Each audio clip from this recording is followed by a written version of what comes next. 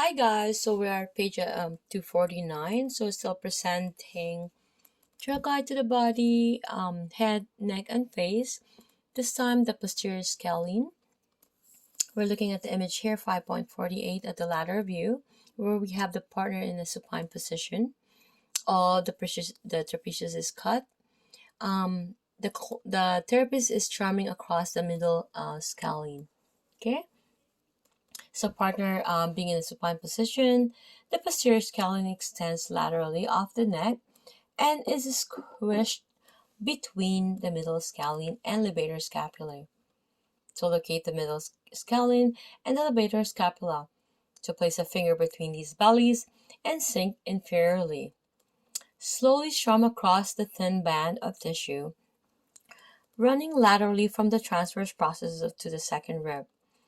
So you're going to ask yourself this question to distinguish between the posterior scalene and levator scapula. We're going to locate the posterior scalene and we're going to ask your partner to slowly elevate the scapula. Since the posterior scalene does not create this action, there should be no contraction of its fibers. However, if you ask your partner to slowly inhale into her upper chest, you should feel the posterior scalene contract.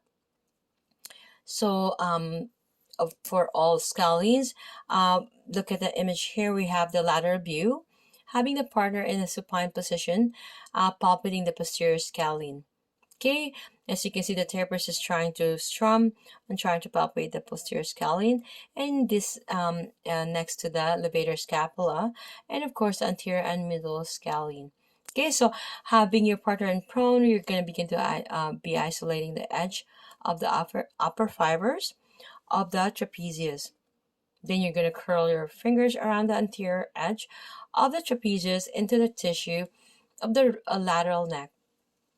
So the levator scapula will be just anterior to the trapezius, following by the posterior and middle trapezius. Oh my god, my apologies, scalenes. Why did I say trapezius? Again, my apologies and thank you for understanding. I think I will be just doing a few more and I'm going to take a big break.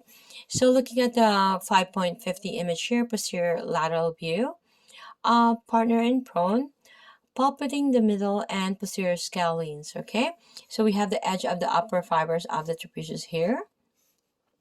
As you can see, it is the middle and posterior scalene is highlighted, right? As you can see where the location of the therapist. Okay, so this existence of a fourth muscle, the scalene minimus, is one of several variations on the scalene muscle group, present in roughly 40% of the population.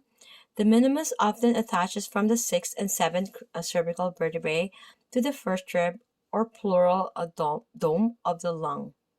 So lying inferior and deep to the anterior scalene, this muscle may nevertheless be quite strong. See you guys at page 250.